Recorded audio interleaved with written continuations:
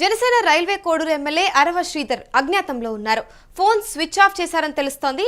ఇక ఎమ్మెల్యే శ్రీధర్ను విచారణకు పిలిచారు జనసేన అధిష్టానం. ఇక పార్టీ కార్యక్రమాలకు వారం రోజుల పాటు దూరంగా ఉండాలి అంటూ ఆదేశాలు జారీ చేశారు. కుటుంబ సభ్యుల ద్వారా విచారణకు పిలిచే అవకాశం కనిపిస్తుంది. ఇక ఎమ్మెల్యే అరవ శ్రీధర్ పైన ఇటు పవన్ కళ్యాణ్ కఠిన చర్యలు తీసుకునే అవకాశం కూడా కనిపిస్తుంది. 12 కిలోమీటర్స్ దూరం ముఖవారిపల్లికి సార్తో మాట్లాడడానికి వెళ్ళాను అనమాట. అంటే ఇతన్ని ఎమ్మెల్యేగా నిలబెట్టిన అతను ముఖ రూపానంద రెడ్డి అనేసి ఉన్నారు. ఆయన్ని కలవడానికి వెళ్ళాను. ఇతన్ని కలిసి ఏంటి అనేసి అడగడానికి వెళ్ళాను.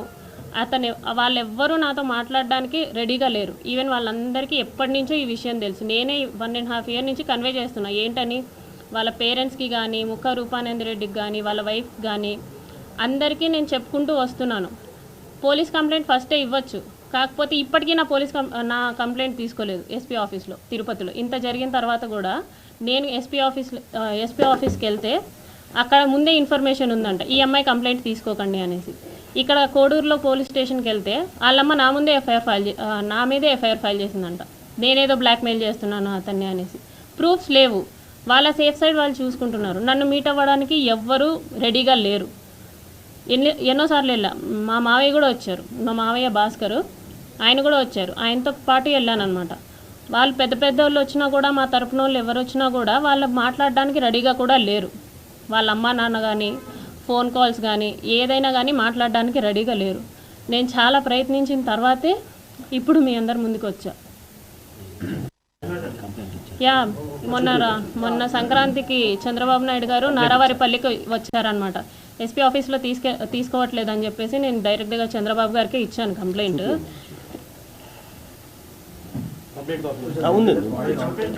ఇస్తా జస్ట్ చూపించేస్తా. అంటే ఇంతవరకు చెప్పలేదు.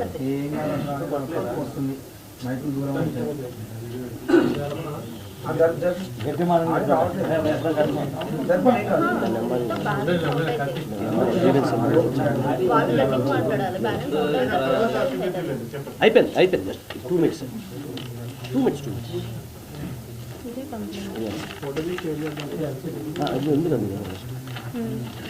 కాపీ అది కదండి.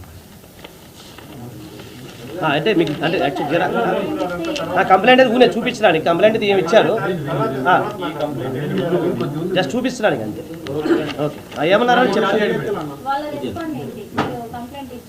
గ్రీవెన్స్ నెంబర్ ఇచ్చారండి నాకు. అంతే నెంబర్ చెప్పండి, ఎంత మీ దగ్గర గ్రీవెన్స్ నెంబర్ కూడా చెప్పండి.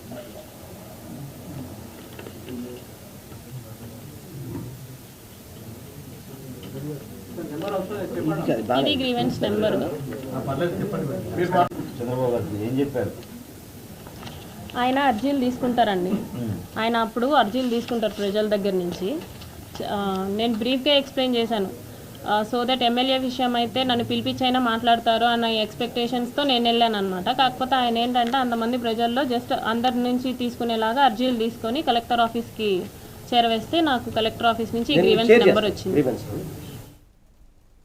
ఇదే అంశంపైన పూర్తి డీటెయిల్స్ మా ప్రతినిధి కిరణ్ అడిగి తెలుసుకుందాం.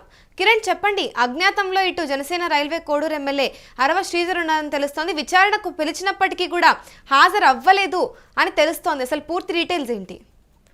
అమూల్య లైంగికంగా వేధించారని ఆరోపణలు ఎదుర్కొంటున్న జనసేన ఎమ్మెల్యే అరవ శ్రీధర్ అజ్ఞాతంలోకి వెళ్ళిపోయారు. ఫోన్ స్విచ్ ఆఫ్ చేశారు. పార్టీ నేతలకు ఎవరికి అందుబాటులో లేరు.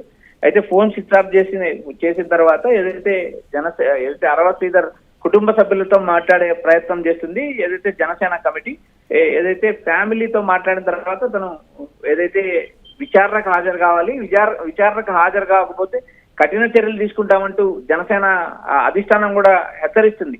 తప్పించుకొని తిరిగితే జరుగుతున్న ప్రచారం నిజమనే సంకేతాలు వెళ్తాయని, తప్పు చేయకపోతే భయపడాల్సిన పని లేదంటూ జనసేన అధిష్టానం చెప్తుంది. అందుకే ఇప్పటికే ప్రజా జీవితంలో ఉన్న ఎమ్మెల్యేలు, ఎమ్మెల్సీలు జాగ్రత్తగా ఉండాలంటూ జనసేన అధిష్టానం గత 10 రోజుల క్రితం కూడా ఒక లేఖ రిలీజ్ చేసింది. ఈ లేఖ రిలీజ్ చేసిన తర్వాత ఇటువంటి సంఘటన చోటు చేస్తుంది. అయితే అరవ శ్రీధర్ కుటుంబ సభ్యులకు కూడా నేరుగా ఏదైతే జనసేన అధిష్టానం సభ్యులు నేరుగా చెప్తున్నారు. ఏదైతే తప్పు చేయకపోతే భయపడాల్సిన అవసరం లేదు, విచారణకు హాజరు కమ్మని అరవ శ్రీధర్కు చెప్పండి అంటూ ఏదైతే అధిష్టానం సంకేతాలు ఇస్తుంది. ఏదైతే ఆ మహిళ తన్ను లైంగికంగా వేధించారని ఆరోపిస్తుంది. ఇప్పటికే తనకు ఒక 5 సార్లు ఆపరేషన్ చేయించారనే వ్యాఖ్యలు చేయడంతో రాజకీయాల్లో తీవ్ర కలకలం రేపింది. ఏదైతే గెలిచిన తర్వాత నేను కంగ్రాట్స్ చెప్పాను, నన్ను అప్పటి నుంచి వేధిస్తున్నారంటూ ఆమె మాట్లాడిన ఏదైతే ప్రెస్ మీడియాతో కూడా మాట్లాడింది. తాను తన కుటుంబం ఏదైతే అరవ శ్రీధర్ కుటుంబ సభ్యులకు కూడా తాను గతంలోనే తెలియజేశాను. అలా అరవ శ్రీధర్ తండ్రి తల్లికి కూడా నేను గతంలో జరిగిన వ్యవహారం అంతా తెలియజేశాను. ప్రస్తుతం వారితో మాట్లాడే వ్యవహారం అంటూ ఏమీ లేదంటూ ఆ మహిళ ఆరోపించింది. అయితే ఇక్కడ ప్రధానంగా ఎమ్మెల్యే విచారణకు హాజరు కాలేదు, ఖచ్చితంగా విచారణకు హాజరు కావాలంటూ జనసేన నేతలు ఆదేశించారు. మరోపక్క ఈ విషయం పైన జనసేన అధ్యక్షుడు ఉప ముఖ్యమంత్రి పవన్ కళ్యాణ్ సీరియస్ గా స్పందించారు. ఖచ్చితంగా విచారణకు హాజరు కావాలంటూ అధిష్టానం సభ్యులకు కూడా ఆయన తెలిపినట్టు మనకు సమాచారం అందుతుంది. ఏదైతే బాధిత మహిళ చేస్తున్న ఆరోపణలు నిజమా కాదా అనే అంశంపైనే జనసేన అధిష్టానం నిర్ణయం తీసుకోబోతుంది. అదైతే తప్పించుకొని తిరిగితే ఆరోపణలు నిజమని నమ్మాల్సిన దీనికి సంబంధించి చూస్తే కనుక పార్టీ కార్యక్రమాలకు కూడా వారం రోజులు దూరంగా ఉండాలి అంటూ ఆదేశించారని తెలుస్తోంది. దీని గురించి ఏమంటారు? అమూల్య, ఇప్పటికే పార్టీ అధిష్టానము వారం రోజులు పార్టీ కార్యక్రమాలకు దూరంగా ఉండాలని ఆదేశించింది. ఆ భాగంలో ఏదైతే దానివల్ల ఏదైతే పార్టీ కార్యక్రమాలకు పార్టీ నేతలకు దూరంగా ఉండాలని సూచించిన క్రమంలోనే ఆయన్ను జనసేన అధిష్టానం విచారణకు పిలిచింది. ఈ విచారణకు హాజరై ఆరోపణ చేస్తున్న మహిళ చేస్తుంది ఆరోపణల వాస్తవమా అంటూ ఒక క్లారిటీ తీసుకునే అవకాశం ఉంది. ఎందుకంటే గతంలో కూడా జనసేన అధిష్టానం ఒక లేఖ రిలీజ్ చేసింది, ప్రజా జీవితంలో జాగ్రత్తగా ఉండాలంటూ సూచనలు చేస్తున్నట్టు. ఆ కోణంలో భాగంగా ఏదైతే కుటుంబ సభ్యులకు కూడా నేరుగా సమాచారం ఇచ్చారు. హాజరు కాకపోతే కఠిన చర్యలు తీసుకోవాల్సి వచ్చింది. నెక్స్ట్ స్టెప్ పవన్ కళ్యాణ్ తీసుకోబోతున్నారంటూ తీవ్రంగా ప్రచారం జరుగుతుంది. ప్రస్తుతానికైతే జనసేన ఎమ్మెల్యే అధిష్టానానికి టచ్ లో లేరు, కుటుంబ సభ్యులకు టచ్ లో ఉన్నారంటూ ఒక ప్రచారం జరుగుతుంది. అందుకే జనసేన అధిష్టానం సభ్యులు నేరుగా కుటుంబ సభ్యులకు సమాచారం ఇచ్చారు. కుటుంబ సభ్యులకు హాజరు కమ్మని, హాజరు కాకపోతే అరవ శ్రీధర్ పై కఠిన చర్యలు తీసుకోవాల్సిన పరిస్థితి ఏర్పడుతుందంటూ జనసేన అధిష్టానం క్లారిటీగా చెప్పిందని మనకు సమాచారం అనిపిస్తుంది. అమూల్య, అంటే మరి ఇప్పుడు చూస్తే అజ్ఞాతంలో ఉన్నారని తెలుస్తుంది. ఇదే నేపథ్యంలో విచారణకు హాజరు అవ్వకపోతే సస్పెండ్ చేసే అవకాశాలు కూడా ఉన్నాయంటారా? అమూల్య, జనసేన అధిష్టానము వారం రోజులు సమయం ఇచ్చింది. ఈ సమయంలో భాగంగానే లేఖ రిలీజ్ చేసింది. ఈ లేఖ రిలీజ్ చేసిన తర్వాత నేరుగా అధిష్టానం ఆదేశాలు జారీ చేసింది విచారణకు హాజరు కమ్మని. ఆయన విచారణకు హాజరు కావడానికి హాజరు కమ్మని చెప్పిన తర్వాత ఆయన హాజరవుతారా లేదా అనే అంశం ప్రస్తుతానికి మనకు క్లారిటీ లేదు. ఒకవేళ హాజరు కాకపోతే కఠిన చర్యలు తీసుకుంటామంటూ ఇప్పటికే పవన్ కళ్యాణ్ జనసేన అధిష్టానం సభ్యులకు సూచించారని ఒక ప్రచారం జరుగుతుంది. మరి సస్పెన్షన్ చేసే అవకాశాలు ఉంటాయా లేదా అనేది కూడా జనసేన అధిష్టానం మరికొద్దిసేపులో క్లారిటీ ఇచ్చే అవకాశం ఉంది. ప్రస్తుతానికైతే ఈ రోజు సమయం ఇచ్చారు, ఆ సమయానికి ఆయన హాజరు కావాలి, లేదు మరికొంత సమయం. ఎందుకంటే జనసేన అధిష్టానం ఒక సమయం ఇస్తే ఆ సమయం వరకు వేచి చూస్తారు. రాకపోయిన తర్వాత ఏదైతే అధ్యక్షుడు పవన్ కళ్యాణ్ కు సమాచారం ఇస్తారు. ఫర్దర్ గా పవన్ కళ్యాణ్ తీసుకుపోయే నిర్ణయం పైన అరవ శ్రీధర్ భవిష్యత్తు ఆధారపడింది. Amul, right, thank you Kiran. ప్రస్తుతం అయితే జనసేన రైల్వే కోడూరు ఎమ్మెల్యే అరవ శ్రీధర్ అజ్ఞాతంలో ఉన్నారు.